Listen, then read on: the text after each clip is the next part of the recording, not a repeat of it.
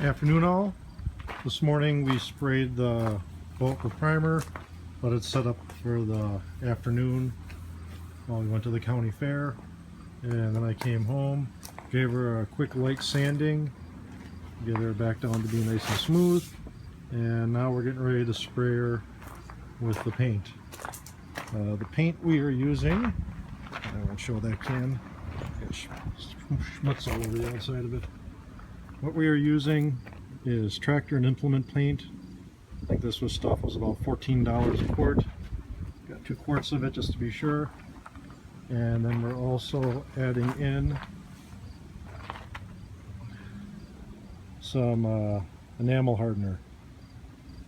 I've used that before on the boat trailer when I sprayed that, not that trailer, the dory trailer. And when I got done with the trailer, there was one area up by this stanchion that wasn't painted right away because I had to do a little bit of welding up there yet. When I got that all set, I just shot that with a standard rattle can of the exact same paint. The paint up there, when you bump it or ding it, it chips off fairly easy. The frame where I used the enamel hardener is still rock solid, so I'm hoping that'll have the same effect on the boat hull when we spray it on.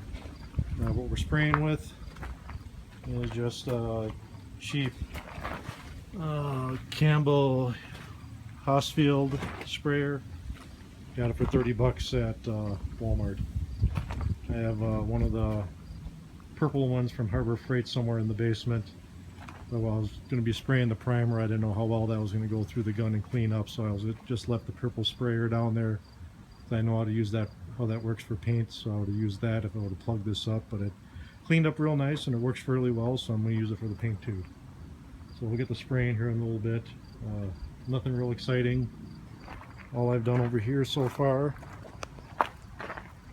is I took the paint, poured about half of it inside the cup, left the other half in the can, added the amount of hardener because of course there's not enough room in the can for the hardener.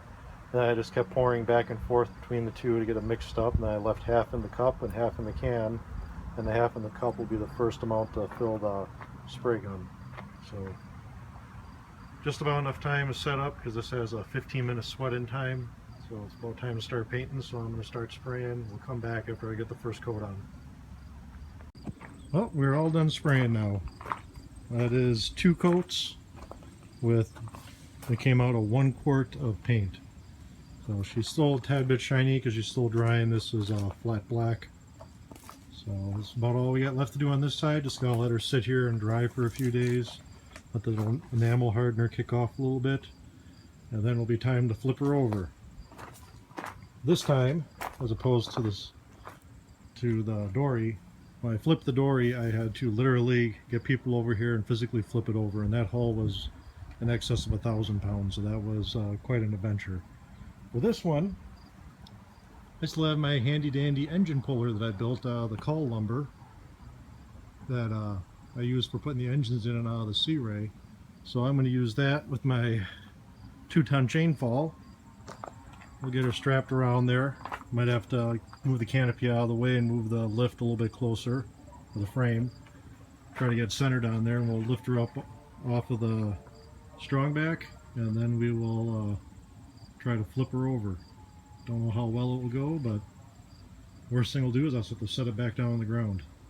Well, the worst thing, the boat could break in half, but I don't see that happening. But the worst thing I could possibly see happening is having to set it back down on the ground. So when we do that, I may set up a camera and actually film doing it, and then condense it down so you can see the 3-ring circus that it usually turns into when we do stuff like this. That's all I have for tonight. Take care.